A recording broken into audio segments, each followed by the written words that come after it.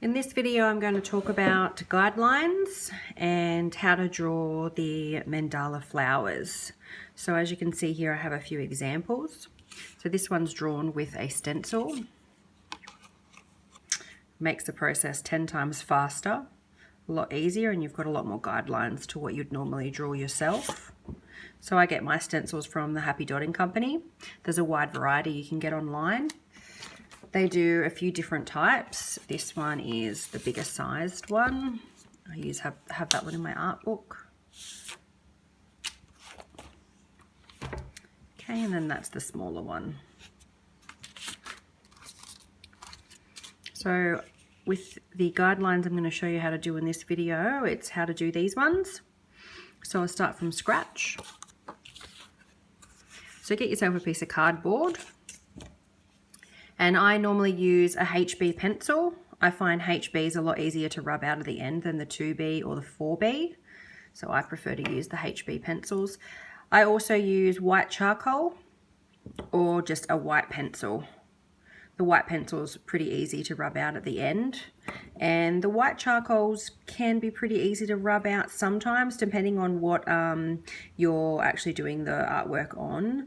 Sometimes I use a wet cotton wool ball as well to get the white lines off.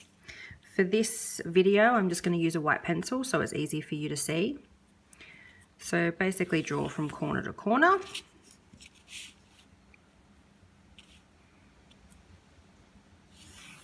So you find where that middle point is. Then rule up the center. There.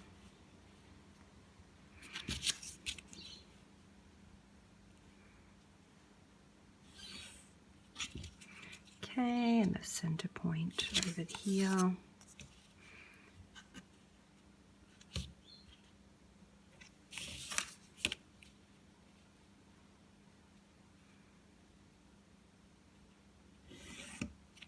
Okay, so that gives you where the center point is in the middle. From here, what I use is a protractor. I bought one from the supermarket. It was only about $2, I think. You can also use things lying around the house like jars or sticky tape. It's really good if you can use things where you can see the center so you can line them up.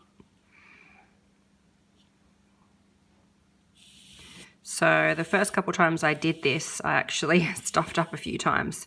So you might need to practice a little bit doing this.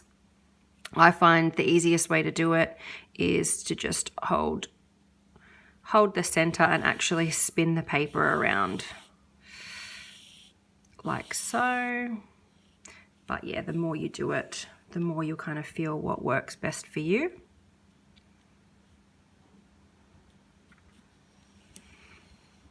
See, I tend to, with a bigger one, kind of turn it myself like so. Pretty simple. So once you've got a few lines drawn, I normally do maybe 1 or 2 in the center and then one big one on the outside for the flower shapes.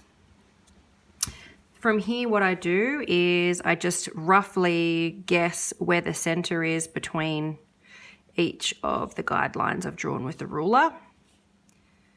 So it doesn't have to be perfect. Don't stress about it too much, just a rough estimate. And then you can do your flower shape petals out on the side like so. So you don't have to do a petal shape, you can do a star shape if you want, depending on what you prefer. But I prefer to do the petal shapes like that. And they don't have to be perfect. See, that one's a bit off there, so just line it up a bit more.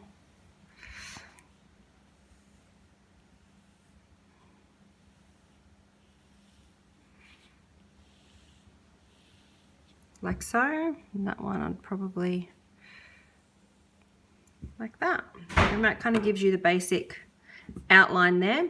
And then obviously with this one I've given 2 examples. So I've got a circle that comes out a little bit more from the inner bit there. So you can kind of get the shorter petals. Shorter, fatter petals, I suppose. And then the line in the middle there going around the inner circle, it gives you the longer, thinner petals. So yeah, that's kind of your choice that you've got there. Just practice, I would say. Do it a few times and just see what you prefer and what you like best. I also have some examples of what they look like when they're finished. So this is one of my favorite ones here. That's with the longer, thinner petals. And then that's with the shorter, fatter ones. So you can get some really nice effects. It just depends what you like. I suggest trying them all, and then practice makes perfect. You can come up with some really cool designs and eventually start making up your own.